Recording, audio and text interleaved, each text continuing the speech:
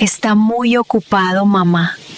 Es el trabajo en el extranjero. Durante 2 años, esa fue la respuesta que recibí de mi nuera cada vez que preguntaba por mi hijo. Y yo le creí. Hasta una mañana en el mercado, mientras elegía verduras, un repartidor desconocido me cerró el paso. Me miró fijamente y me puso en las manos un paquete viejo. Es usted la madre de... Esto le pertenece ahora. Será mejor que lo vea por sí misma. El contenido no era un regalo del extranjero. Era la prueba de una mentira cruel y una verdad aún más aterradora. Mi nombre es Jahaziel. Tengo 63 años. En mi propia casa, la casa que mi esposo dejó para mí, soy como una prisionera. Mi nuera, Camila, me trata como si hubiera perdido el juicio, hablándome con una dulzura falsa pero vigilándome como una carcelera. Para el resto del mundo, Camila es la nuera devota que no se separa de mi lado. Para mí, es quien me ha encarcelado, reduciendo mi libertad día a día dentro de estas paredes. Y esta prisión fue construida el día que anunció que mi hijo se había ido a trabajar al extranjero. Esta mañana, en el mercado de la Cruz, dejé de ser una prisionera. Y, Dios mío, cómo desearía que no hubiera sucedido. Hoy es sábado. El único día que Camila me permite salir de esta jaula de oro. En el mercado de la Cruz, intento terminar rápido de comprar las flores de cempasúchil para el altar de mi esposo. Pero en cuanto me detengo, los vendedores de siempre se acercan a preguntar por Marcus. Me veo obligada a repetir la mentira que Camila me hizo memorizar, como a un loro durante 2 años. Sigue muy ocupado con sus negocios en Asia. Les manda saludos. La mentira sabe a ceniza en mi boca. Quería creer que mi hijo estaba triunfando, no que había abandonado a su anciana madre. Justo cuando termino de pagar, siento un calor en la nuca. Alguien me está observando. No es una mirada casual. Me giro bruscamente hacia el puesto de chiles secos. Allí está, un hombre con uniforme de repartidor cubierto de grasa, con una gorra que le tapa media cara. Parece nervioso, como una bestia acorralada. Demasiado rápido. Por instinto, aprieto mi bolso contra el pecho. Pero no quiere robarme. Se detiene en seco frente a mí. Bajo la visera de la gorra raída, reconozco esos ojos de inmediato. Diego, el mejor amigo de la infancia de mi hijo. Intento pronunciar su nombre, pero él niega frenéticamente con la cabeza.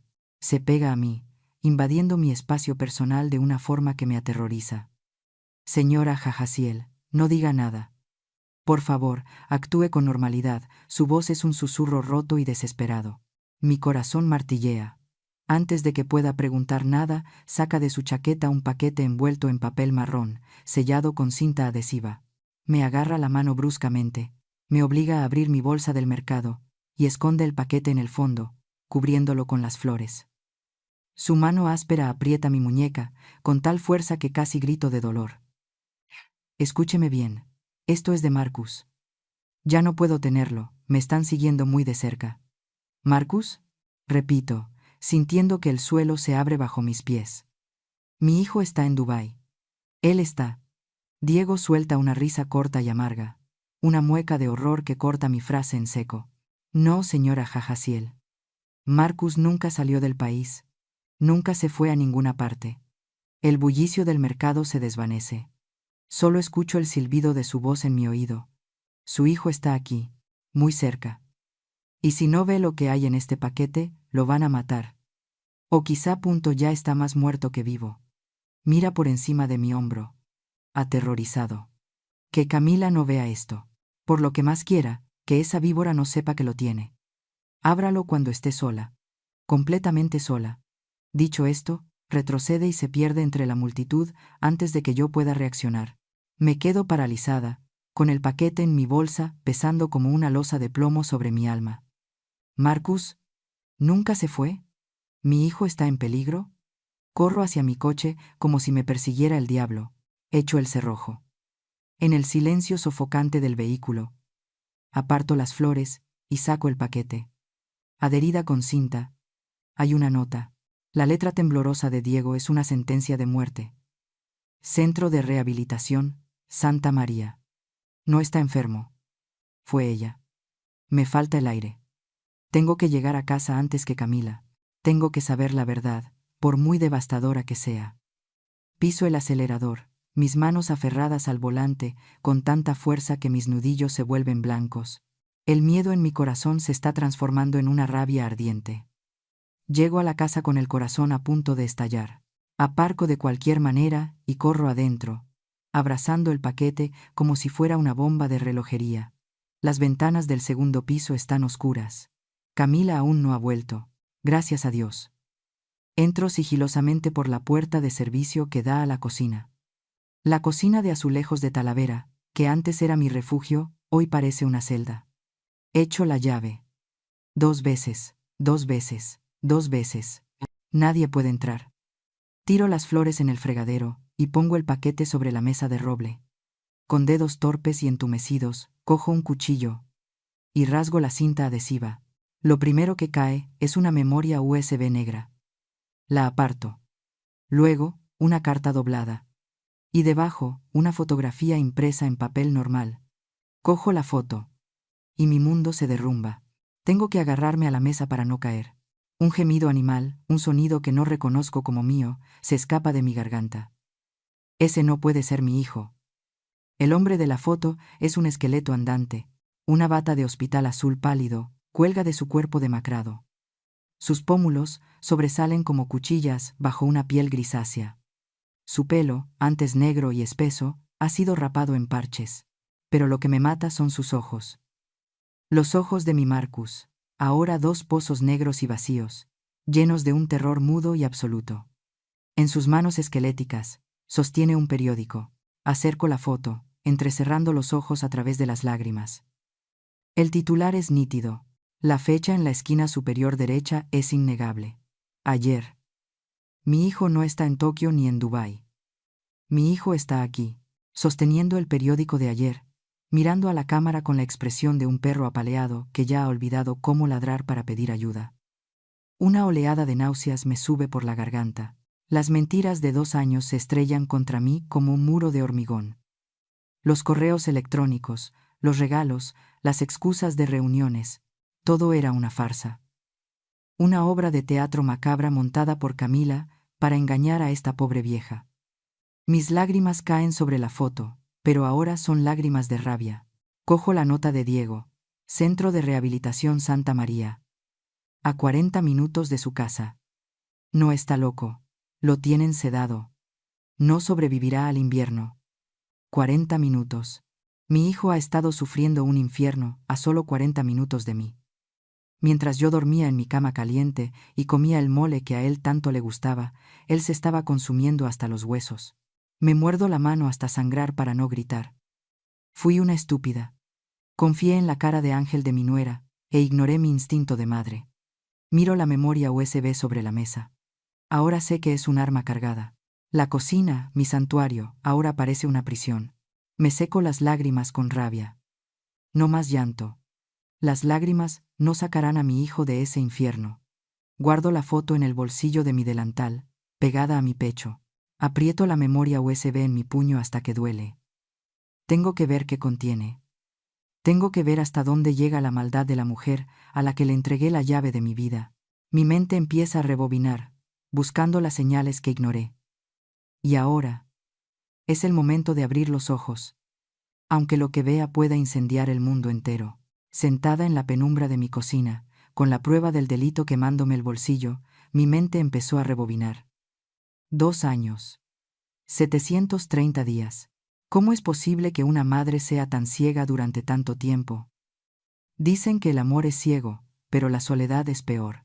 La soledad te tapa los ojos, los oídos y te cose la boca con tal de sentir un poco de calor humano. Camila. Mi nuera perfecta, la que va a misa todos los domingos a las 10 de la mañana y comulga con los ojos cerrados, fingiendo una devoción que ahora sé que está podrida.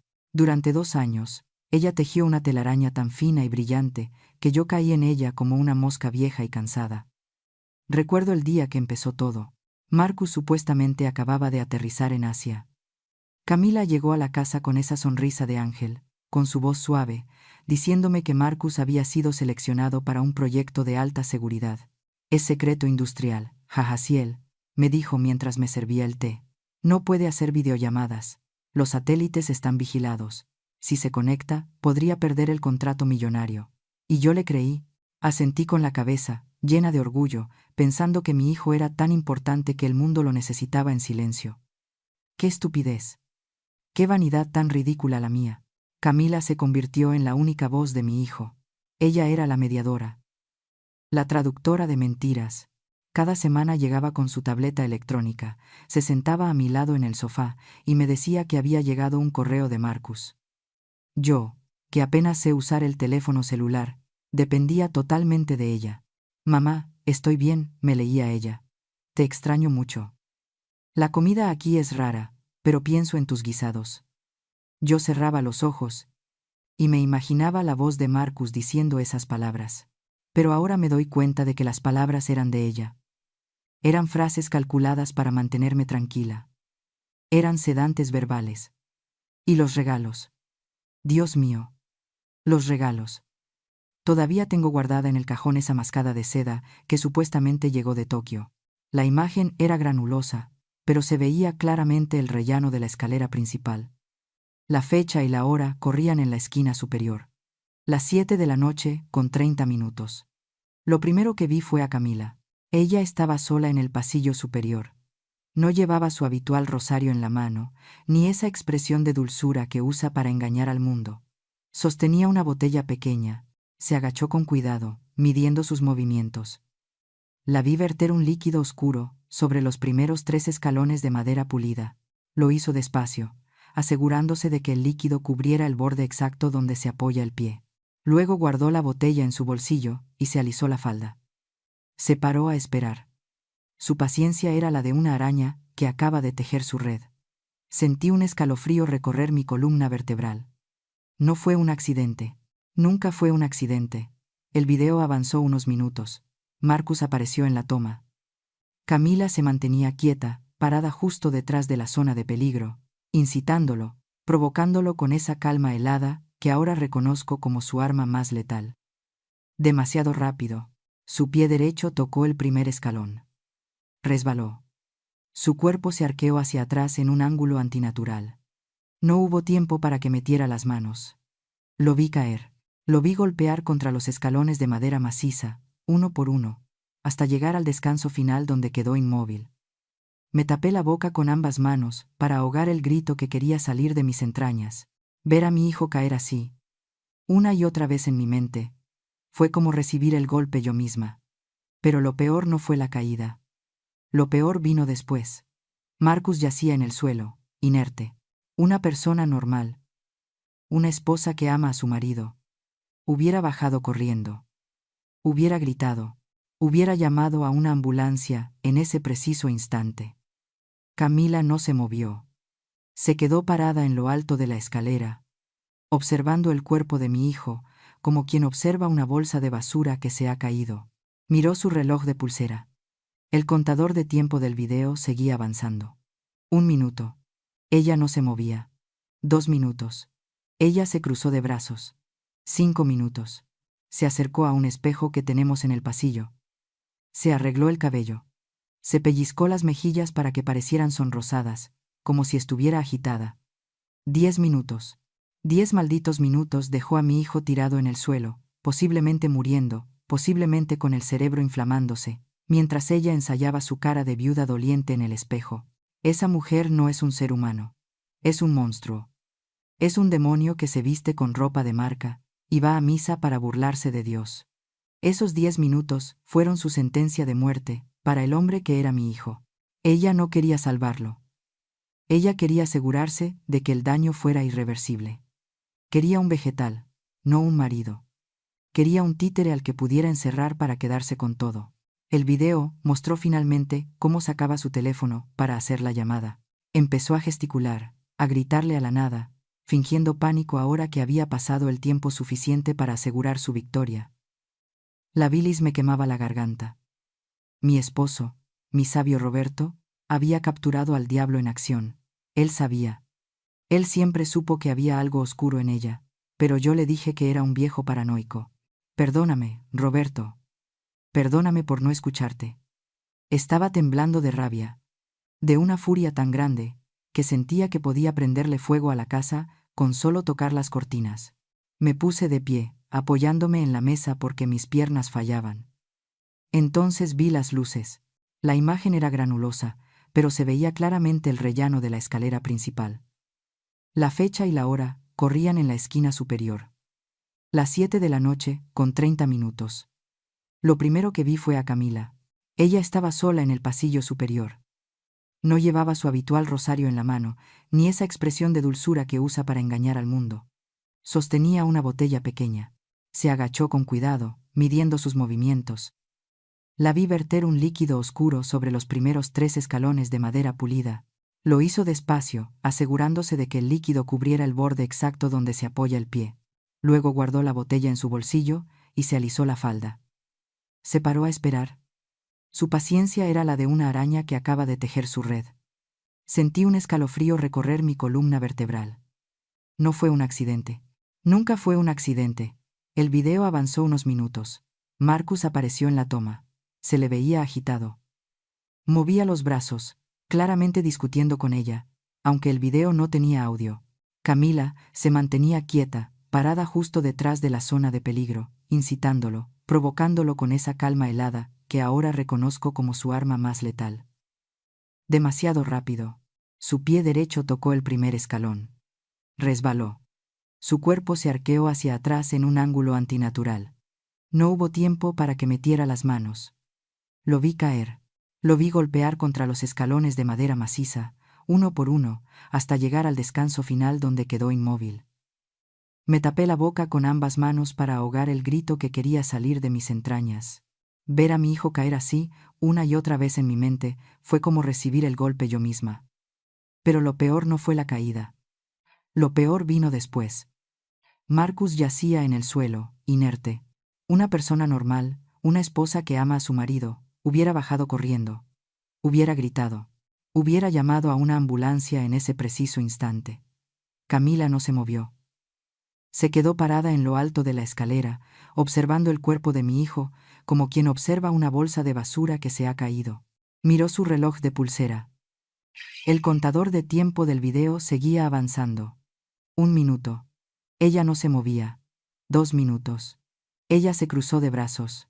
5 minutos. Se acercó a un espejo que tenemos en el pasillo, se arregló el cabello, se pellizcó las mejillas para que parecieran sonrosadas, como si estuviera agitada. 10 minutos. 10 malditos minutos dejó a mi hijo tirado en el suelo, posiblemente muriendo, posiblemente con el cerebro inflamándose, mientras ella ensayaba su cara de viuda doliente en el espejo. Esa mujer no es un ser humano. Es un monstruo. Es un demonio que se viste con ropa de marca y va a misa para burlarse de Dios. Esos 10 minutos fueron su sentencia de muerte para el hombre que era mi hijo. Ella no quería salvarlo.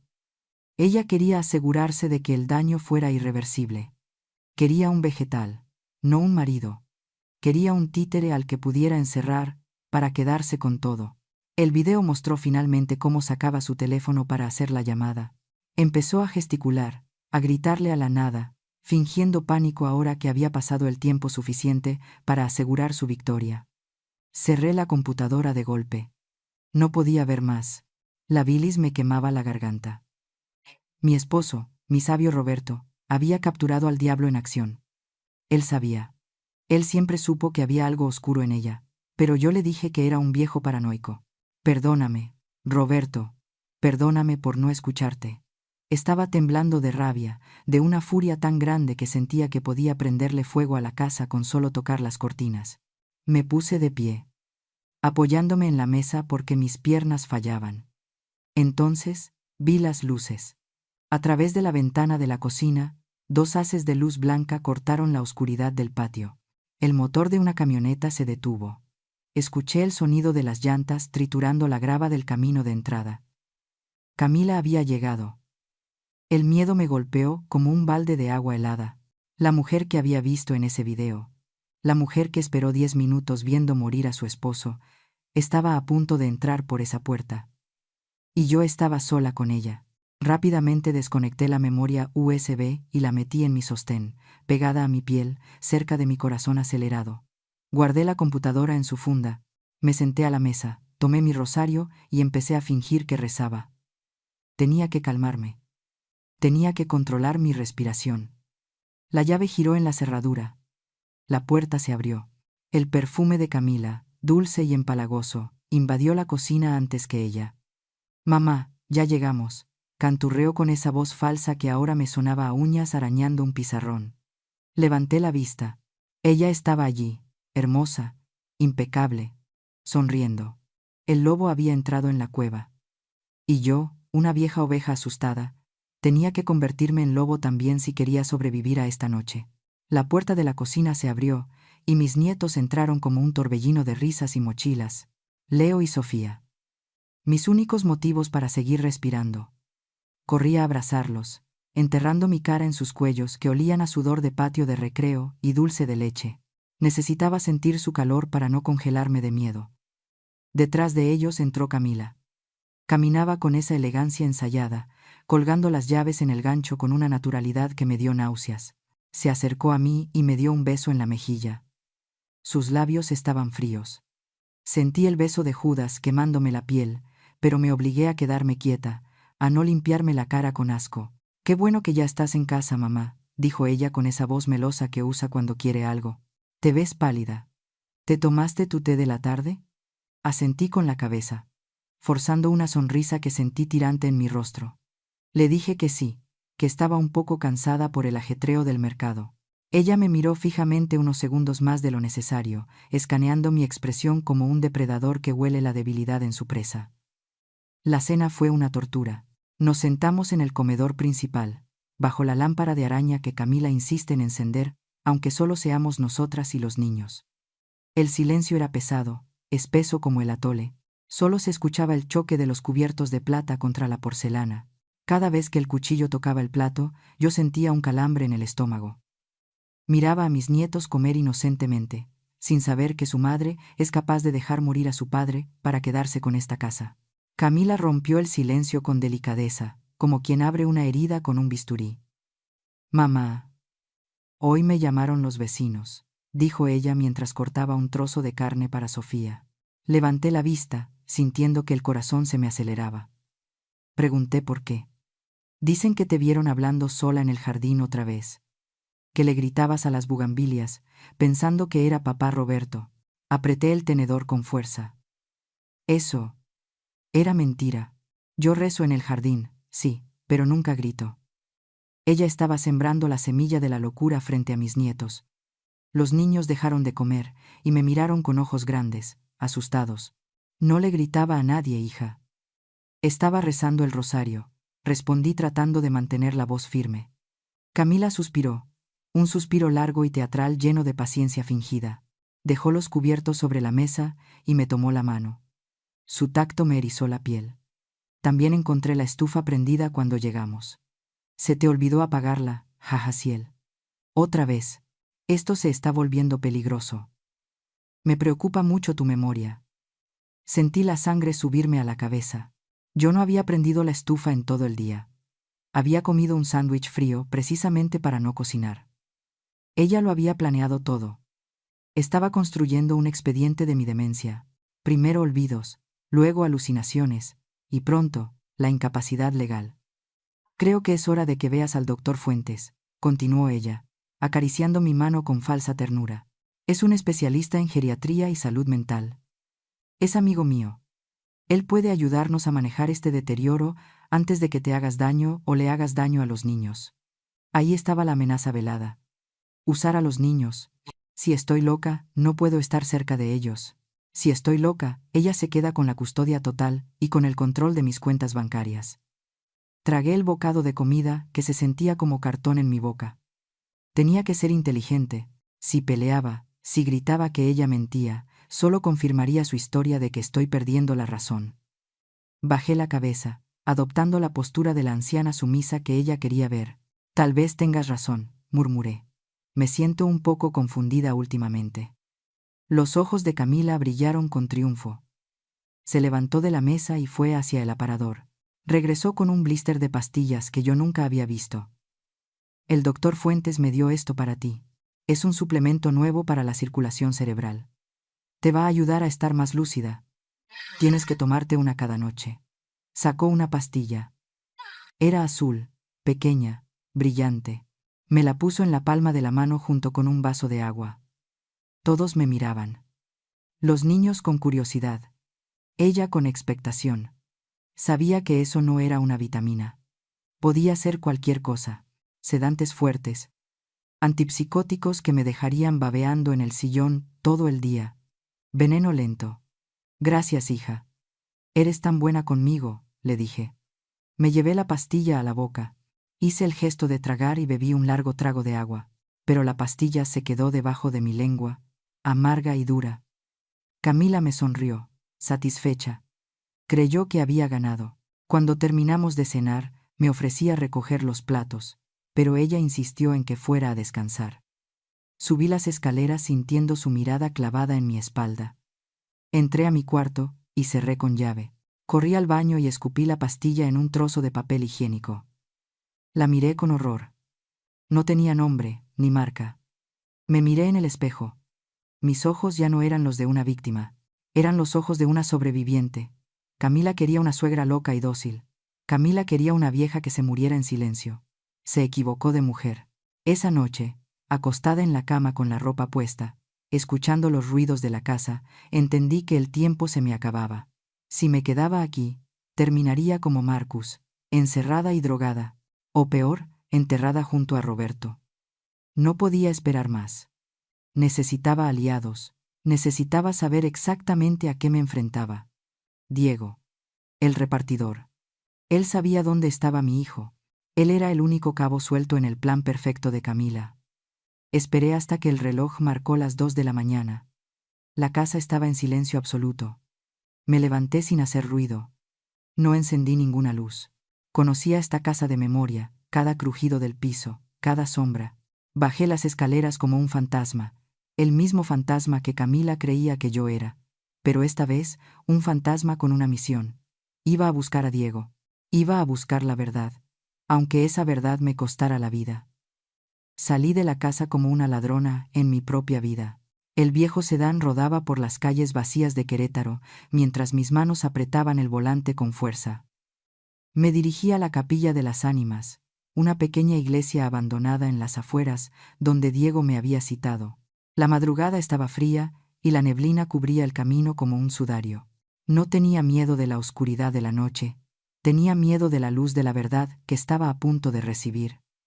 Diego estaba esperándome en el atrio, oculto entre las sombras de los arcos de piedra. Se le veía más demacrado que en el mercado. Cuando me vio, se quitó la gorra con respeto, pero sus ojos seguían vigilando los alrededores.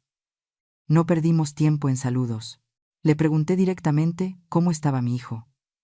Le pregunté si le estaban dando de comer, si le pegaban, si estaba tan sedado que no recordaba su nombre. Yo necesitaba saber si mi Marcus seguía ahí dentro. Diego bajó la mirada. Se frotó las manos nerviosamente antes de soltar la bomba que destrozaría lo poco que quedaba de mi corazón. Doña Jaciel, dijo con voz ronca, Marcus no está drogado todo el tiempo. Su cuerpo está débil, sí, porque no lo dejan salir al sol y la comida es mala. Pero su mente está clara. Él sabe exactamente dónde está. Él sabe qué día es hoy. Sentí un alivio momentáneo, pero duró poco. Diego vio la confusión en mi cara y se acercó más, casi susurrando, como si las estatuas de los santos pudieran oírnos. Ese es el problema, señora. Él no pide ayuda porque él aceptó quedarse ahí. Sentí como si me hubieran dado una bofetada. Retrocedí un paso, negando con la cabeza. Eso no podía ser cierto. Mi hijo es un hombre orgulloso. Mi hijo no se dejaría encerrar como un animal voluntariamente. Le dije a Diego que estaba mintiendo, que seguro lo tenían amenazado. Diego sacó su teléfono celular. La luz de la pantalla iluminó su rostro cansado. Lo tienen amenazado, sí. Pero no con golpes. Camila es más lista que eso. Ella tiene al director del centro comiendo de su mano. El doctor y ella, bueno, usted me entiende. Son amantes. Ellos fabricaron pruebas, doña Jaciel. Fotos editadas, testimonios falsos. Camila le dijo a Marcus que si él intentaba salir o contactarla a usted, ella publicaría pruebas de que él abusaba de los niños. Me llevé la mano al pecho. Abuso. Esa mujer era capaz de manchar el alma de sus propios hijos para ganar. Diego presionó un botón en su teléfono. Escuche esto, me dijo. Lo grabé hace 3 días. Camila fue a visitarlo para que firmara unos traspasos de propiedades. Me escondí detrás de la puerta de servicio. El audio era de mala calidad, con estática de fondo, pero la voz era inconfundible. Era Marcus. Mi Marcus. Pero no era la voz del hombre fuerte que yo crié. Era la voz de un hombre roto. Está bien, Camila. Ya firmé. Llévate todo. Quédate con las cuentas, con los terrenos. Pero por favor, no le hagas daño a mi madre. No le quites la casa. Y júrame que los niños están bien. Yo me quedo aquí, no diré nada. Solo déjalos en paz. La grabación terminó. El silencio de la capilla fue más pesado que una lápida. No sentí pena. No sentí ganas de llorar. Lo que sentí fue una furia volcánica que nacía desde mis entrañas. Vergüenza. Sentí una vergüenza profunda y dolorosa. Mi hijo, el hombre al que le enseñé a caminar con la frente en alto, había elegido la jaula. Había elegido el miedo, se había rendido ante una mujer malvada porque tenía pavor de perder su reputación, de perder a los niños, de perder. Creyó que sacrificarse era un acto noble, pero no lo era, era un acto de cobardía. Al callar, al firmar esos papeles, me había dejado a mí sola a merced de esa loba. Creyó que me protegía quedándose ahí. Pero en realidad me estaba entregando atada de manos. Miré a Diego. Él esperaba ver a una madre destrozada. Pero yo enderecé la espalda. Me ajusté el rebozo sobre los hombros. Él cree que me está salvando, dije. Y mi voz sonó dura, irreconocible incluso para mí. Pero lo único que está haciendo es dejarse morir lentamente mientras ella nos destruye a todos uno por uno. Doña Jahaziel, Marcus la ama, intentó defenderme Diego. Tiene miedo. El miedo no es excusa para abandonar a tu sangre, respondí cortante. Un hombre no se esconde en un agujero para proteger a su familia. Un hombre sale y pelea. Yo no crié a un mártir, Diego. Crié a un guerrero, pero parece que se le olvidó. Tomé el teléfono de Diego y me envié la grabación a mi propio número. Ahora tenía otra arma, pero esta arma tenía doble filo, porque cortaba la imagen que yo tenía de mi hijo. Ya no se trataba solo de sacar a Marcus de la cárcel de concreto. Ahora tenía una misión más difícil. Tenía que sacarlo de la cárcel de su propia mente. Tenía que recordarle quién es. Tenía que ir a ese lugar, no solo para rescatarlo, sino para darle la bofetada que necesitaba para despertar. Si él había decidido ser una víctima, yo tendría que ser la fuerza que lo obligara a levantarse. Gracias, Diego, le dije. Vete a casa. Cuida a tu familia. De aquí en adelante, yo me encargo. Salí de la capilla sin mirar atrás. El aire frío de la madrugada me golpeó la cara, secando cualquier rastro de duda. Ya no era solo una viuda defendiendo su patrimonio. Era una madre patriarca defendiendo el honor de su apellido. Marcus había cometido el error de rendirse. Yo no cometería el mismo error. Iba a traer a mi hijo de vuelta. Y cuando lo tuviera frente a mí, le enseñaría que el silencio, cuando hay injusticia, es el pecado más grande de todos. Pasaron 2 días desde mi encuentro con Diego en la capilla. 2 días en los que fingí tomarme las pastillas que Camila me daba, escondiéndolas bajo la lengua. Pero hoy, el día del cumpleaños de mi nieto Leo, cometí un error imperdonable. Me confié. Antes de la fiesta, Camila me trajo un jugo de naranja, dulce y fresco. Hacía calor y yo tenía sed. Lo bebí sin pensar, agradeciendo el gesto. 20 minutos después, el mundo empezó a inclinarse. Mis piernas no me respondían. Se sentían hechas de plomo y algodón al mismo tiempo. Mi lengua pesaba dentro de mi boca, como un trapo mojado. Estaba sentada en la cocina, tratando de enfocar la vista, cuando Camila entró. Llevaba un vestido de seda color crema que la hacía ver angelical, pero sus ojos brillaban con esa malicia fría que ya conocía. «Mamá, ya es hora del pastel», dijo ella, ignorando mi estado visiblemente alterado. «Tienes que sacarlo tú. A Leo le hace mucha ilusión que su abuela le lleve el pastel». Traté de decirle que no me sentía bien. Pero de mi boca solo salió un balbuceo ininteligible. Camila sonrió. Me tomó del brazo y me levantó con una fuerza sorprendente. Me empujó hacia la gran charola de plata donde descansaba el pastel de 3 leches, enorme y decorado con merengue. Me puso la charola en las manos, pesaba 1 tonelada. Mis brazos temblaban violentamente. Ella me empujó suavemente hacia la puerta que daba al jardín. Afuera, el sol de la tarde iluminaba el jardín lleno de gente. Había globos, música suave y mesas vestidas de blanco. Ahí estaba toda la alta sociedad de Querétaro, primos, socios del club, y lo más importante, don Rogelio, el notario de la familia, y el mejor amigo de mi difunto esposo. Él era el único que podía ayudarme legalmente, y Camila lo sabía. Avancé hacia la multitud. Cada paso era una batalla contra la gravedad. El suelo parecía moverse como la cubierta de un barco en medio de una tormenta. Veía los rostros de los invitados borrosos, distorsionados como en una pesadilla. «Ahí viene la abuela», gritó alguien. Todos aplaudieron. Don Rogelio, sentado en la cabecera de la mesa principal, me sonrió y se levantó para recibirme. Yo quería gritarle. Quería decirle que me ayudara, que me habían drogado, pero mis pies se enredaron en el pasto. O tal vez no había nada, y mis piernas simplemente decidieron rendirse. Sentí el vacío en el estómago. Caí hacia adelante. No pude meter las manos porque sostenían la charola. El pastel de 3 leches salió volando. Fue como ver una película en cámara lenta. El merengue, la crema, el bizcocho húmedo, todo aterrizó directamente sobre el traje impecable de don Rogelio y sobre la mesa de regalos. Yo aterricé de rodillas en el pasto, golpeándome fuerte. El dolor agudo en mis huesos fue lo único real en ese momento. El silencio que siguió fue absoluto. La música se detuvo. Las risas se cortaron de tajo. Sentí la humillación quemándome la cara más fuerte que el sol. Estaba tirada en el suelo, manchada de crema, incapaz de levantarme, rodeada de las miradas de lástima y horror de las personas que me han conocido toda la vida. Escuché los murmullos, esos terribles susurros que son peores que los gritos. Pobre mujer. Ya no puede ni caminar. Está muy mal. Deberían tenerla en una silla de ruedas. Entonces sentí unas manos sobre mis hombros. Era Camila.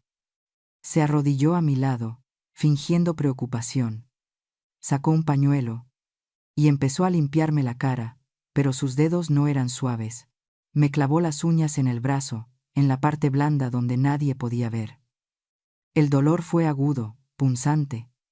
Ella apretó fuerte, castigándome, asegurándose de que yo supiera quién tenía el control. «Mamá, por Dios, ¿qué hiciste?», dijo ella lo suficientemente alto para que todos escucharan, con la voz quebrada por un llanto falso. Pero la droga era demasiado fuerte. Solo salió un gemido patético de mi garganta. Camila se puso de pie, dejándome ahí, tirada como un trasto viejo a los pies de don Rogelio, quien se limpiaba el traje con expresión de incomodidad. Se secó una lágrima inexistente y levantó las manos pidiendo atención. Su actuación fue digna de un Oscar. «Les ruego me perdonen», dijo con voz temblorosa. «Y perdónenla a ella. Han sido meses muy difíciles. No queríamos hacerlo público por respeto a la memoria de mi suegro, pero la situación es insostenible». El jardín estaba en silencio sepulcral. Todos la miraban a ella, la nuera sufrida, la mártir que cargaba con la anciana loca, mi suegra, Jajaciel, sufre de demencia senil avanzada. Continuó Camila, mirándome con una tristeza ensayada. Tiene episodios de agresividad. Pierde el equilibrio. Olvida quiénes somos. Lo de hoy es la prueba de que ya no puede cuidarse sola. Es un peligro para ella misma y para mis hijos. Yo quería gritar que era mentira. Quería decirles que revisaran mi sangre, que encontrarían sedantes, pero mi cuerpo era una prisión. Solo mis ojos podían moverse, buscando desesperadamente la mirada de don Rogelio, rogándole que no creyera esa farsa.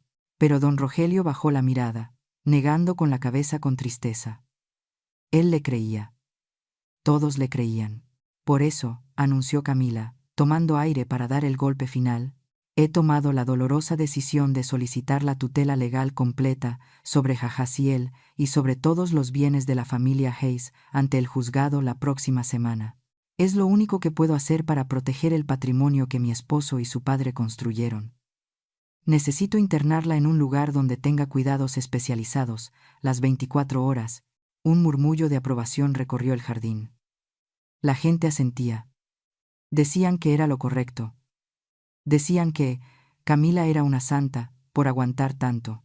Ahí, tirada en el pasto, con las rodillas raspadas y el orgullo hecho pedazos, entendí la magnitud de su trampa.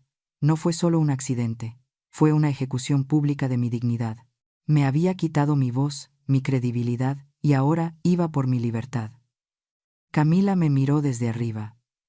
Sus ojos se encontraron con los míos.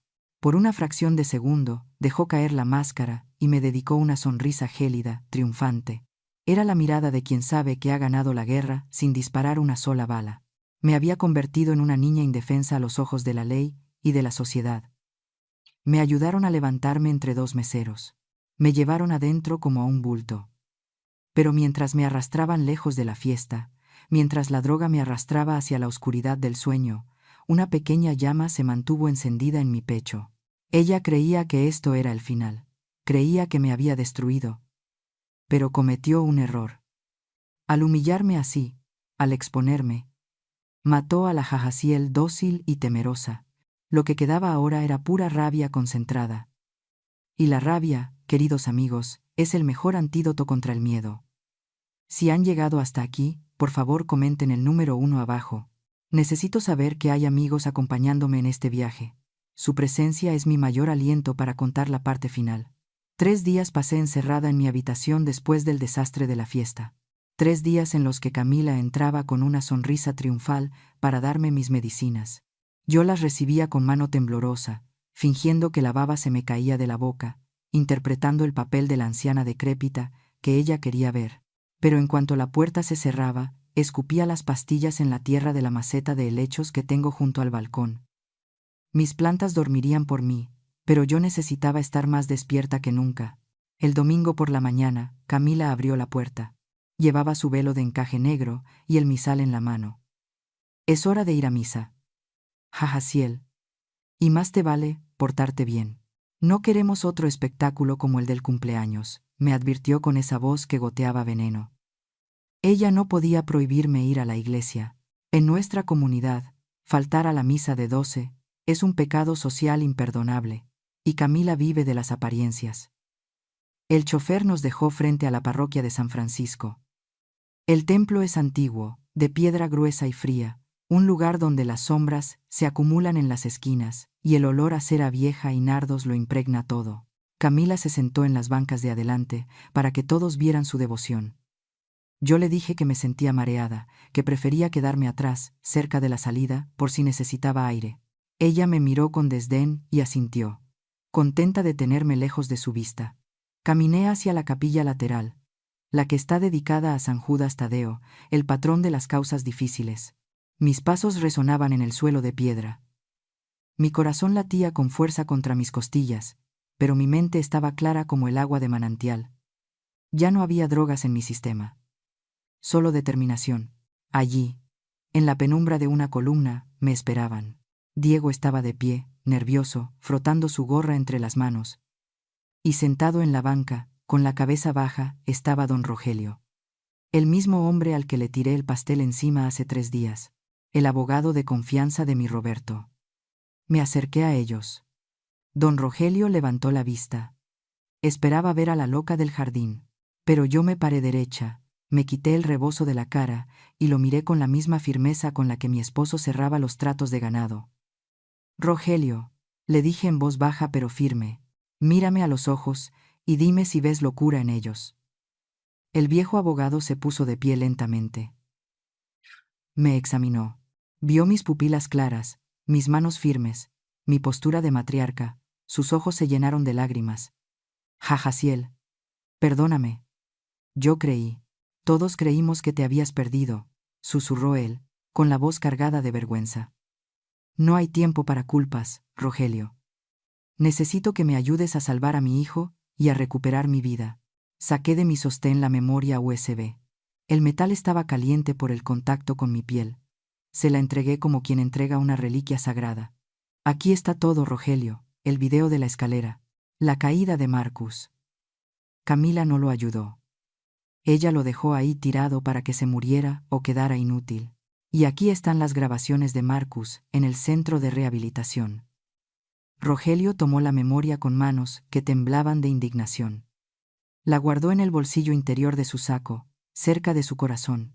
Luego se acercó a mí, y su rostro, usualmente amable, se endureció con una seriedad profesional. Jahaziel, tengo que decirte algo. Cuando me llamaste ayer desde el teléfono de la empleada doméstica, me puse a investigar. Hice algunas llamadas a mis contactos en el registro civil y en el banco. Hizo una pausa, mirando a Diego como buscando confirmación. El doctor Fuentes, el que firmó el dictamen de incapacidad de Marcus y el que te recetó esas pastillas azules. No es solo un médico corrupto. ¿Qué es? Pregunté, sintiendo un nudo en el estómago. Él y Camila tienen una propiedad conjunta en la playa, comprada hace 6 meses a nombre de una sociedad fantasma. Y tienen cuentas compartidas. Jahaziel, no son solo cómplices, son amantes. Llevan años viéndose a espaldas de Marcus. Sentí que el aire se volvía denso. Todo encajaba. La frialdad de Camila hacia mi hijo, su prisa por encerrarlo, su insistencia en medicarme a mí, no era solo avaricia. Era un crimen pasional y financiero orquestado con la precisión de un cirujano. Habían convertido a mi hijo en un estorbo, y a mí en un cheque al portador. Miré a Diego. El muchacho estaba pálido bajo la luz de las velas votivas. Diego, le dije, ¿sabes lo que esto significa? Si testificas, te vas a poner en la mira de gente muy peligrosa. Diego levantó la vista. Vi miedo en sus ojos, sí, pero también vi algo que no había visto en mi propio hijo: coraje. Doña Jahaziel, Marcus era mi hermano cuando éramos niños. Él me defendía de los bravucones en la escuela. Yo no pude defenderlo hace 2 años, pero puedo defenderlo ahora. Voy a hablar. Que me hagan lo que quieran, pero voy a hablar. Puse mi mano sobre su hombro. Sentí la fuerza de su lealtad. Rogelio, la audiencia es el miércoles, dije. Camila cree que va a ir a recoger a una anciana demente para meterla en un asilo. Quiero que prepares todo. Quiero que el juez vea este video. Quiero que citen a Marcus. Es arriesgado, Jahaziel, advirtió Rogelio. Si el juez no acepta el video, si Marcus se echa para atrás por miedo, te van a declarar incompetente y nunca más saldrás de esa casa. Entonces que así sea, sentencié. Prefiero morir peleando como una leona que vivir balando como una oveja. La misa estaba terminando. El órgano empezó a sonar, llenando la iglesia con notas graves y solemnes. Tenía que volver a mi lugar antes de que Camila notara mi ausencia. Me despedí de mis aliados con un asentimiento. Volví a caminar hacia la parte trasera de la iglesia, encorvando la espalda, arrastrando los pies, volviendo a ponerme el disfraz de la víctima. Pero por dentro, el fuego ardía. Tenía las pruebas. Tenía al testigo. Y tenía la verdad. Camila me encontró en la salida. Me tomó del brazo con fuerza y me empujó hacia el coche. ¿Rezaste mucho, Jahaziel?, me preguntó con burla. ¿Le pediste a Dios que te cure la cabeza? La miré a los ojos, dejándome llevar por mi papel una última vez. Sí, hija. Le pedí que se haga justicia. Ella se rió, pensando que era el desvarío de una vieja. No sabía que Dios a veces tarda, pero nunca olvida. Y el miércoles, la justicia divina iba a caer sobre ella con todo el peso de la ley terrenal. El juzgado olía a desinfectante barato, a papel viejo y a desesperanza. Era un olor que se te metía en la garganta y te secaba la boca. Me senté en la silla de madera dura, con la espalda recta, aunque por dentro sentía que me desmoronaba como un castillo de arena. A mi izquierda estaba don Rogelio, revisando sus notas con una calma que yo no compartía. A mi derecha, al otro lado del pasillo, estaba Camila. Se veía impecable. Llevaba un traje sastre azul marino que gritaba seriedad y modestia. Tenía las manos cruzadas sobre la mesa, la cabeza ligeramente inclinada, la viva imagen de la preocupación filial. Su abogado, un hombre joven con una sonrisa afilada como navaja, se puso de pie para comenzar la carnicería. Su señoría, empezó el abogado, paseándose frente al estrado. Estamos aquí ante un caso triste, pero necesario. La señora Jahaziel Hayes ha sufrido un deterioro cognitivo acelerado en los últimos meses. Es un peligro para sí misma y para el patrimonio que su difunto esposo dejó para sus nietos. Yo apreté las manos sobre mi regazo hasta que los nudillos se me pusieron blancos. Quería gritarle que era un mentiroso, pero sabía que cualquier estallido solo confirmaría sus palabras. Me mordí la lengua y escuché. Escuché cómo presentaban el informe médico del doctor Fuentes. Demencia senil progresiva con episodios psicóticos, leyó el abogado. La paciente presenta confusión de tiempo y espacio. Olvida apagar electrodomésticos, poniendo en riesgo el hogar, y sufre de alucinaciones auditivas. Ahí estaba la trampa de la estufa. Ahí estaba la trampa de mis rezos en el jardín. Habían torcido mi duelo, mis oraciones a mi esposo Roberto, y las habían convertido en síntomas de locura. Según ellos, no era una viuda extrañando a su marido, era una vieja loca hablándole a los fantasmas. Luego, sacaron el as bajo la manga. El incidente del cumpleaños. Tenemos declaraciones juradas de 3 testigos presentes en la fiesta del sábado, continuó el abogado, entregando papeles al juez. Todos confirman que la señora Jahaziel perdió el control motor y emocional, arruinando la celebración de su propio nieto y cayendo en un estado de incoherencia total. El juez, un hombre mayor con lentes gruesos y cara de pocos amigos, revisó los papeles. Asentía lentamente. Cada vez que su cabeza bajaba, yo sentía que un clavo más se cerraba sobre mi ataúd. Me miró por encima de sus lentes. No vi maldad en sus ojos, solo cansancio. Veía lo que Camila quería que viera, una anciana frágil que necesitaba ser institucionalizada por su propio bien. Camila se secó una lágrima invisible con un pañuelo de encaje. Me miró. En sus ojos no había pena, había burla. Era una mirada que decía, te gané. Me estaba diciendo que pronto yo estaría encerrada en un cuarto blanco, babeando medicinas, mientras ella disfrutaba de mi casa, de mi dinero y de la vida que mi Roberto y yo construimos con tanto esfuerzo. La impotencia es un sabor amargo, como monedas oxidadas en la boca. Sentí ganas de llorar, pero no le daría ese gusto. Mi padre siempre decía que las mujeres de nuestra familia no lloran cuando tienen miedo, lloran cuando han ganado. Y yo todavía no había perdido, aunque todo indicaba que sí.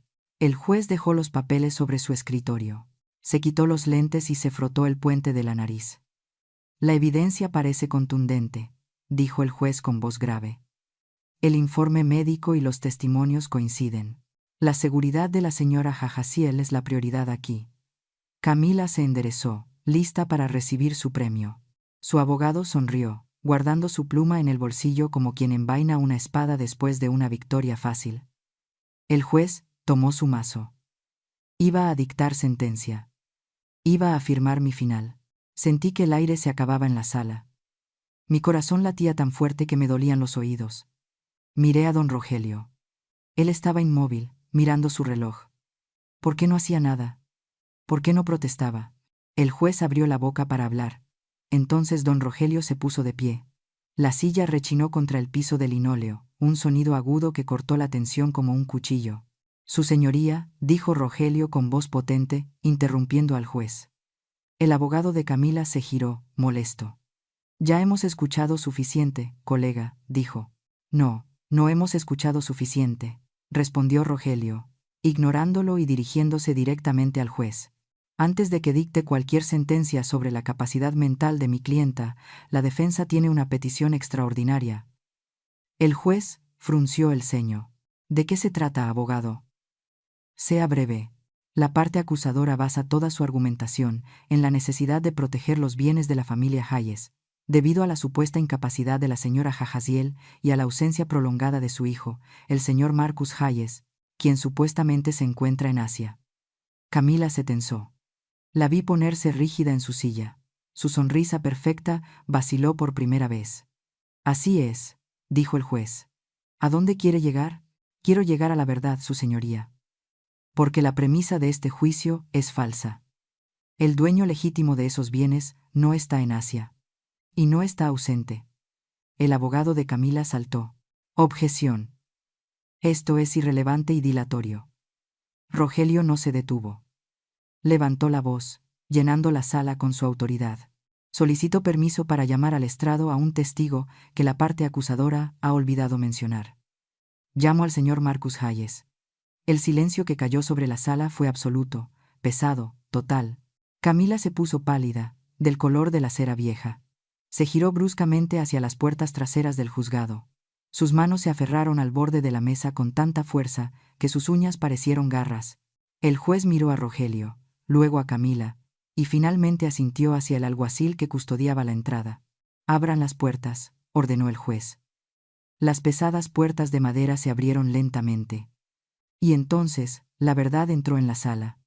Y el aire se volvió eléctrico. Las puertas del juzgado se abrieron de par en par. Pero no entró el empresario exitoso que Camila había inventado en sus correos electrónicos. Lo que entró por ese umbral hizo que se me detuviera el corazón en el pecho. Era una silla de ruedas. Y en ella, empujado por una enfermera que no reconocí, pero que tenía cara de valiente, venía mi hijo. Marcus. Si la foto en la cocina me había dolido, verlo en persona fue como recibir un disparo a quemarropa. Era una sombra de hombre. La piel se le pegaba a los huesos del rostro, pálida y cerosa, como si no hubiera visto la luz del sol en años. Llevaba una ropa que le quedaba grande, colgando de sus hombros caídos, pero lo que más me impactó no fue su delgadez, sino el terror puro que emanaba de él. Temblaba. Temblaba tanto que los reposapiés de la silla vibraban contra el suelo. La sala se quedó en un silencio sepulcral. Todos los ojos estaban clavados en él. Miré a Camila. Por un segundo, solo por un segundo, vi el pánico real en su rostro. Su máscara de porcelana se agrietó. Se puso blanca como un papel, pero Camila es una criatura rápida, una superviviente del infierno. En cuanto Marcus pasó cerca de su mesa, ella se recuperó. Se enderezó en su silla, cruzó las manos y fijó sus ojos en él. No dijo una palabra, no hizo falta. Su mirada era un cuchillo afilado apuntando directo a la garganta de mi hijo. Vi cómo Marcus se encogía bajo esa mirada. Vi cómo sus ojos se desviaban hacia ella y luego bajaban al suelo, aterrorizados. Sabía lo que ella le estaba diciendo con los ojos. Le estaba recordando a los niños. Le estaba recordando las amenazas, el chantaje, el poder que ella tenía sobre su vida y la de sus hijos. El juez, visiblemente perturbado por la aparición, se ajustó las gafas y pidió orden. «Identifíquese», ordenó el juez con voz grave. Marcus abrió la boca, pero no salió ningún sonido. Solo un jadeo seco. Tenía gotas de sudor perlando su frente, a pesar del aire acondicionado gélido de la sala. Sus manos se aferraban a los apoyabrazos de la silla con tanta fuerza que los nudillos parecían a punto de atravesar la piel. Soy Marcus Hayes», susurró finalmente. Su voz sonaba oxidada, rota. El abogado de Camila se puso de pie de un salto, intentando detener lo inevitable. Alegó que el señor Hayes estaba bajo tratamiento psiquiátrico severo, que no era apto para testificar, que esto era un circo montado por la defensa. Pero el juez levantó una mano, callándolo. El juez quería escuchar. «Señor Hayes», preguntó el juez, inclinándose hacia adelante, «¿usted está en Asia por negocios?» Marcus tragó saliva. Su nuez subió y bajó dolorosamente. Levantó la vista y volvió a encontrarse con los ojos de Camila. Ella lo miraba fijamente, con una ceja ligeramente levantada, desafiante. Era la mirada de la dueña hacia su perro. «Yo estoy enfermo», balbuceó Marcus, repitiendo el guión que ella le había grabado a fuego. Necesito ayuda. Mi esposa me cuida». Sentí que el mundo se me caía encima. La decepción fue un sabor amargo en mi boca, más amargo que la bilis. Mi hijo, mi sangre, estaba a punto de condenarme a mí y condenarse a sí mismo por miedo. Iba a mentir. Iba a dejar que esa mujer ganara. Don Rogelio se tensó a mi lado, listo para intervenir. Pero yo le puse una mano en el brazo para detenerlo. No. Nadie podía salvar a Marcus ahora. Solo él podía hacerlo. Me giré en mi silla. No dije nada. No supliqué. Simplemente clavé mis ojos en los suyos. Marcus me miró. Me vio sentada en el banquillo de los acusados. Vio a su madre, la mujer que le enseñó a caminar, la mujer que levantó una hacienda con sus propias manos cuando enviudó, la mujer que siempre le dijo que la verdad es lo único que nos hace libres. Me vio vieja, cansada, acusada de estar loca, humillada públicamente por la mujer que él había metido en nuestra casa. Pero yo no lo miré con lástima. Lo miré con exigencia. Enderecé la espalda, levanté la barbilla. Mis ojos le decían lo que mi boca no podía. Levántate. No te crié para ser un cobarde. Si vas a dejar que me encierren, ten el valor de decírmelo a la cara, pero no mientas. Vi la lucha en su rostro. Vi cómo se debatía entre el terror a Camila y el amor por mí. Vi cómo las lágrimas empezaban a acumularse en sus ojos hundidos. Miró a Camila, luego me miró a mí. Miró al juez. Respiró hondo, un sonido rasposo y agónico, como si se estuviera ahogando. Señor Hayes, insistió el juez. ¿Confirma usted que su madre, la señora Jajasiel, ha perdido la razón? El tiempo pareció detenerse. El aire en la sala se volvió sólido. Camila se inclinó hacia adelante, segura de su victoria, esperando la palabra final que cerraría el candado de mi celda. Marcus cerró los ojos. Apretó los dientes. Y entonces algo se rompió dentro de él, o tal vez algo se reconstruyó. No. El grito salió de su garganta, desgarrador, potente, sorprendiéndonos a todos. Marcus abrió los ojos, y esta vez no miró al suelo. Miró al juez con una desesperación febril. No estoy enfermo. No estoy loco. Se impulsó en la silla, intentando ponerse de pie, aunque sus piernas débiles no le respondieron del todo. Míreme, señoría. Míreme bien, gritó. Y su voz resonó contra las paredes de madera, llena de 2 años de silencio acumulado. Nunca fui a Asia, nunca salí de México. Llevo 2 años encerrado en un cuarto de 3x3, drogado, amenazado. Camila se puso de pie, perdiendo la compostura por primera vez. Su abogado gritaba objeciones que nadie escuchaba. Ella. Marcus señaló a Camila con un dedo huesudo que temblaba de ira. Ella y el doctor Fuentes me hicieron esto. Me dijeron que si hablaba nunca volvería a ver a mis hijos. Me hicieron creer que yo había lastimado a mi madre. Se giró hacia mí. Las lágrimas le corrían por la cara, lavando la suciedad y el miedo. Mi madre no está loca, sollozó, pero era un llanto de furia. Es la mujer más cuerda de esta sala. Ella es la única que vino por mí cuando todos me olvidaron. Camila quiere su dinero, quiere la casa, quiere todo. El caos estalló en la sala. El juez golpeaba su mazo una y otra vez. Pero el sonido se perdía entre los gritos. Marcus no paraba. Vomitaba la verdad, palabra tras palabra, sacándose el veneno que lo había estado matando por dentro. Me tienes secuestrado, Camila. Me robaste la vida.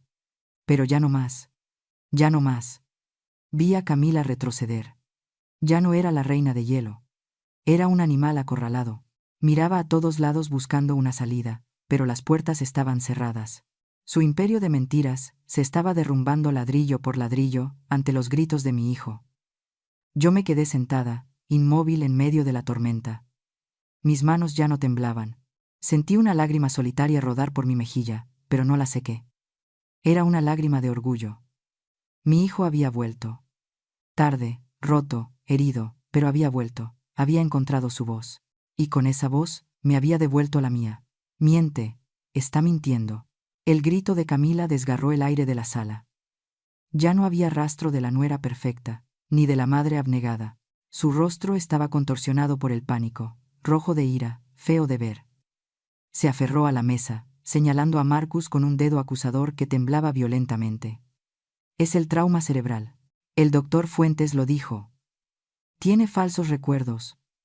Su señoría no puede creerle a un hombre que ha estado bajo medicación psiquiátrica por 2 años. Marcus se encogió en su silla ante los gritos, pero no bajó la mirada. Yo tampoco. La miré fijamente, sintiendo cómo el miedo que me había acompañado durante meses se evaporaba, reemplazado por una frialdad absoluta. Don Rogelio avanzó hacia el centro de la sala. No miró a Camila. Se dirigió al juez con la calma de quien tiene un as bajo la manga y sabe exactamente cuándo jugarlo. Su señoría, dijo Rogelio, su voz resonando clara y fuerte. La parte acusadora alega demencia y falsos recuerdos. Pero las máquinas no tienen memoria, y las cámaras no alucinan. Solicito permiso para proyectar la prueba final. La prueba número 1. El juez, que miraba a Camila con una mezcla de sospecha y disgusto, asintió con un movimiento seco de cabeza. Adelante. Las luces de la sala se atenuaron. Una pantalla blanca descendió lentamente desde el techo. Todos los ojos se clavaron en ella. Camila dejó de gritar. Se quedó paralizada, con la boca entreabierta, como si presintiera que el suelo estaba a punto de abrirse bajo sus pies. El video comenzó.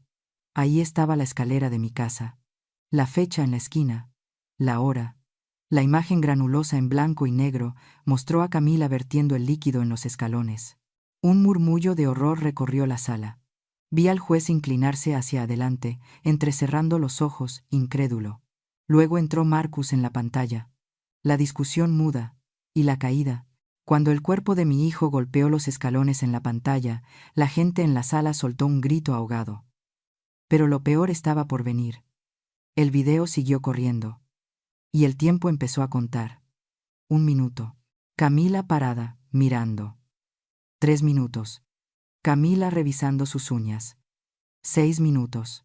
Camila mirándose en el espejo, arreglándose el pelo para lucir perfecta ante los paramédicos. El silencio en el juzgado era absoluto. Era un silencio pesado, denso, cargado de repulsión. Nadie respiraba. Todos miraban a la mujer en la pantalla, dejar morir a su esposo, con la frialdad de un verdugo. Y luego miraban a la mujer real sentada en la sala. Camila se llevó las manos a la cabeza. Empezó a negar, murmurando cosas que nadie entendía. 10 minutos.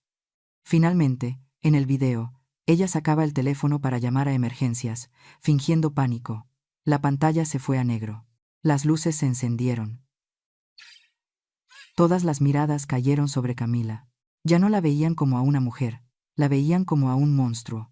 Incluso su propio abogado se apartó físicamente de ella, dando un paso al costado, asqueado por lo que acababa de defender. El juez golpeó su mazo con una fuerza que hizo saltar los papeles de su escritorio. Su cara estaba roja de indignación. «Suficiente», tronó el juez. «Alguacil, arreste a esa mujer inmediatamente». Camila reaccionó como un animal salvaje. Se levantó de golpe, tirando la silla hacia atrás. «No, no fui yo», chilló, perdiendo totalmente la compostura. «Fue idea de Fuentes. El doctor me dijo que lo hiciera. Él quería el dinero para la clínica. Yo solo quería proteger a mis hijos». Ella sola se estaba poniendo la soga al cuello. Estaba confesando la conspiración, arrastrando a su amante en su caída. Gritaba nombres, fechas, cuentas bancarias, tratando de salvar su propio pellejo, sin darse cuenta de que cada palabra la hundía más en el pozo que ella misma cavó. 2 policías se acercaron a ella. La tomaron de los brazos. Ella pataleó, gritó, amenazó con demandarlos a todos. Pero el metal frío de las esposas hizo un sonido seco, definitivo. Clic, clic. Ese sonido fue música para mis oídos. El sonido de la justicia. La empujaron hacia la salida. Tenía el maquillaje corrido, el pelo revuelto, el vestido arrugado. Pasó justo frente a mí. Los policías se detuvieron un segundo para abrir las puertas. Camila giró la cabeza y me miró. Ya no había triunfo en sus ojos. Solo había un odio puro, negro, concentrado. Un odio que prometía venganza desde el infierno si fuera necesario. Me escupió las palabras con veneno. «Maldita vieja. Ojalá te hubieras muerto tú también». La sala contuvo el aliento esperando mi reacción. Esperaban que la insultara, que le gritara, que le devolviera todo el dolor que me había causado. Pero yo no hice nada de eso. Con una calma que nacía de lo más profundo de mi alma, levanté mi mano derecha. Mis dedos buscaron las cuentas de madera de mi viejo rosario, el que siempre llevo en la muñeca. Lo apreté suavemente. La miré a los ojos, no con odio, sino con una lástima infinita. La lástima que se siente por alguien que ha perdido su humanidad por un puñado de billetes. «Que Dios te perdone, hija», le dije con voz suave, pero lo suficientemente clara para que todos escucharan. «Porque la ley no lo va a hacer». Los policías tiraron de ella, se la llevaron arrastrando los pies, gritando insultos que se fueron apagando por el pasillo. Las puertas se cerraron. El juez se aclaró la garganta. Miró a Marcus. Luego me miró a mí. Caso desestimado, declaró el juez, y su voz sonó más suave, casi respetuosa. Se ordena la liberación inmediata de los bienes de la familia Hayes, y se abre una investigación criminal contra la señora Camila y el doctor Fuentes por intento de homicidio, fraude y privación ilegal de la libertad. Señora Jahaziel, lamento mucho lo que ha tenido que pasar. El mazo golpeó por última vez. Me dejé caer en el respaldo de la silla. Sentí que mis hombros, que habían cargado el peso del mundo durante semanas, por fin se relajaban. Miré a Marcus. Él seguía llorando en silencio, cubriéndose la cara con las manos. Me levanté. Mis piernas ya no temblaban. Caminé hacia mi hijo. No hacia el hombre cobarde que había firmado papeles por miedo. Caminé hacia el niño que yo había criado y que se había perdido en el camino.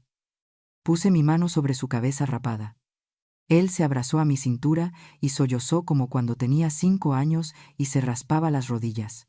Ya pasó, le susurré, ya pasó. Ahora vamos a casa. Tenemos mucho trabajo que hacer. La pesadilla había terminado. El monstruo estaba enjaulado.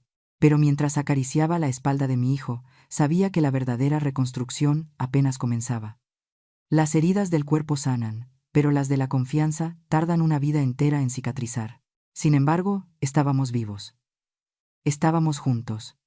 Y por primera vez en 2 años, éramos libres. Han pasado 6 meses desde que el juez golpeó su mazo y rompió las cadenas que ataban a mi familia. 6 meses desde que las rejas de la prisión se cerraron detrás de Camila y el doctor Fuentes. 6 meses de despertar cada mañana. Y agradecer a Dios que mi casa, esta vieja casona, llena de historia, sigue siendo nuestra. Estamos sentados en el comedor. El sol se está poniendo sobre los campos de Querétaro, tiñendo las paredes de un color naranja suave. Muy parecido al de las flores de cempasúchil que compré aquel día en el mercado. Huele a mole y a tortillas calientes. Es nuestra primera cena formal desde que Marcus regresó definitivamente del hospital. Miro a mi hijo. Ya no lleva la bata de enfermo, pero las cicatrices siguen ahí. Tiene el cabello corto, gris en las sienes, y camina cojeando un poco de la pierna izquierda, un recordatorio permanente de la falta de calcio y de sol. Está cortándole la carne a Leo con paciencia. Sofía le cuenta algo sobre su escuela, y él la escucha con una atención devota, como si cada palabra de su hija fuera un tesoro que estuvo a punto de perder para siempre. El ambiente es tranquilo, pero hay una cierta rigidez en el aire. Es la vergüenza. Mi hijo todavía no puede sostenerme la mirada por mucho tiempo. A veces, cuando cree que no lo veo, lo sorprendo mirando la silla vacía donde solía sentarse Camila. No la mira con amor, la mira con terror, como si esperara que ella apareciera de la nada para dar órdenes. El daño que ella le hizo en la mente tardará más en curar que el daño de sus huesos. Pero está aquí. Está sirviéndome agua. Está intentando ser el padre que sus hijos necesitan. Y yo estoy aquí, presidiendo mi mesa, con mi rosario en la muñeca y mis manos llenas de artritis. Pero dueña absoluta de mi destino. Mientras los observo comer, mientras escucho el tintineo suave de los cubiertos, no puedo evitar pensar en el precio que pagamos. Casi lo pierdo todo. Y no hablo del dinero o de la tierra, hablo de mi dignidad y de mi sangre. Por eso, si ustedes me están escuchando, si alguna vez se han sentido pequeños en su propia casa, quiero dejarles 4 verdades que aprendí en este infierno.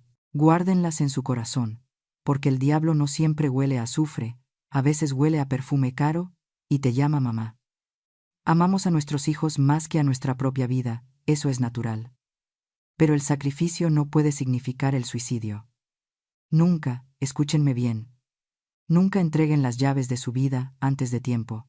No entreguen su dinero, su casa o su voluntad solo porque se sienten viejas o cansadas. Yo cometí el error de confiar ciegamente, de creer que mi amor sería correspondido con lealtad. Casi me cuesta la vida. Su intuición es el regalo más grande que Dios les dio. Si algo se siente mal, es porque está mal. No se callen para llevar la fiesta en paz. La paz basada en mentiras no es paz. Es una tregua antes de la guerra. La segunda lección es para los hombres, para los hijos. Miro a Marcus y lo amo, pero su pecado fue grande. A los hombres les digo que el silencio también es violencia. Cuando tú, como esposo, ves que tu mujer le falta al respeto a tu madre, Y te callas. Eres cómplice. Cuando permites que tu pareja aleje a tu familia de origen con mentiras y manipulaciones, estás traicionando tus raíces. Marcus creyó que al callar protegía a sus hijos, pero lo único que hizo fue alimentar al monstruo. Un hombre de verdad no elige entre su esposa y su madre, un hombre de verdad exige respeto para ambas. Si tienes que esconderte o mentir para que tu esposa no se enoje, no estás en un matrimonio, estás en un secuestro. La tercera lección es sobre la avaricia.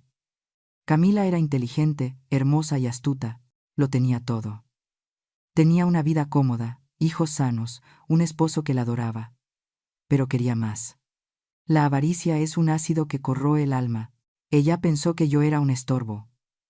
Una vieja inútil que ocupaba espacio en su futuro reino. Creyó que podía jugar a ser Dios con nuestras vidas. ¿Y ahora? ¿Qué tiene? Nada. Una celda fría y el desprecio de sus propios hijos. La avaricia te hace creer que eres intocable, pero siempre olvida un detalle. La verdad siempre sale a flote. A veces en un paquete entregado en un mercado, a veces en un video olvidado. Nadie construye felicidad sobre la desgracia ajena. Todo se paga en esta vida, y la factura siempre llega con intereses. Y por último, para los que van a elegir pareja, miren bien a quién meten en su cama y en su casa. No se fijen solo en la cara bonita o en los modales de iglesia. Fíjense en cómo tratan a los meseros, cómo tratan a los ancianos, cómo tratan a los animales. La maldad se disfraza de muchas formas, pero siempre se le cae la máscara en los detalles pequeños. Camila era perfecta ante la sociedad, pero era un verdugo en la intimidad. Busquen un corazón noble, no una imagen perfecta. Marcus levanta la vista, y sus ojos se encuentran con los míos. Esta vez no los baja. Hay dolor en su mirada. Sí, pero también hay una promesa silenciosa. Se estira sobre la mesa y pone su mano sobre la mía. Su mano está tibia. Es la mano de mi hijo, el que yo crié, el que regresó de la muerte. Yo aprieto su mano. No hacen falta discursos. El perdón es un camino largo que recorreremos juntos, paso a paso, domingo a domingo. La noche ha caído por completo sobre el rancho. Los grillos cantan afuera, una música antigua y reconfortante. Mis nietos ríen por algo que dijo su padre. La vida sigue. La casa está en paz. Pero yo no bajo la guardia. Mis ojos están abiertos. Mi mente está clara. Yo ya estoy vieja, mis queridos amigos. Mis manos tiemblan un poco, y mis pasos son lentos. Pero he ganado la batalla más importante de mi vida. He peleado contra la oscuridad, y he logrado mantener encendida la vela de mi hogar. He recuperado a mi hijo, y he salvado mi dignidad. Ahora les pregunto a ustedes. Miren a su alrededor. Miren sus vidas. ¿Hay alguien que les esté robando la voz? ¿Hay alguien que les esté haciendo dudar de su propia cordura? Están tolerando lo intolerable por miedo a la soledad. No esperen a que llegue un paquete misterioso. No esperen a que sea demasiado tarde. Ustedes son los dueños de su historia. Yo ya estoy vieja, pero yo he vencido. He conservado mi casa, y he despertado de la pesadilla. ¿Y tú? ¿Estás ungiendo al demonio dentro de tu propia familia? Despierta. Abre los ojos. Sé valiente. Hazlo antes de que sea demasiado tarde. Que Dios los bendiga y les dé la fuerza que a mí me dio. Buenas noches. Aquí tienes el otro diseñado específicamente para tu audiencia en México, manteniendo un tono cálido, respetuoso y cercano. ¿Y ustedes? ¿Qué opinan de la decisión final de doña Jajaciel? ¿Habrían tenido el coraje de enfrentarse así a su propia familia, o hubieran actuado de otra manera si estuvieran en sus zapatos? Por favor, compártanme sus pensamientos en los comentarios. Créanme que leo y atesoro cada una de sus palabras. Si esta historia les tocó el corazón o les dejó algo en qué pensar, no olviden regalarnos un me gusta, compartirla con sus seres queridos y suscribirse al canal para que no se pierdan nuestros próximos relatos. Nos escuchamos en la siguiente historia. Esto es Historias del Suspiro, donde usamos las historias para acompañarte a través de los años, ayudándote a encontrar esa paz y esa fuerza inquebrantable en tu alma.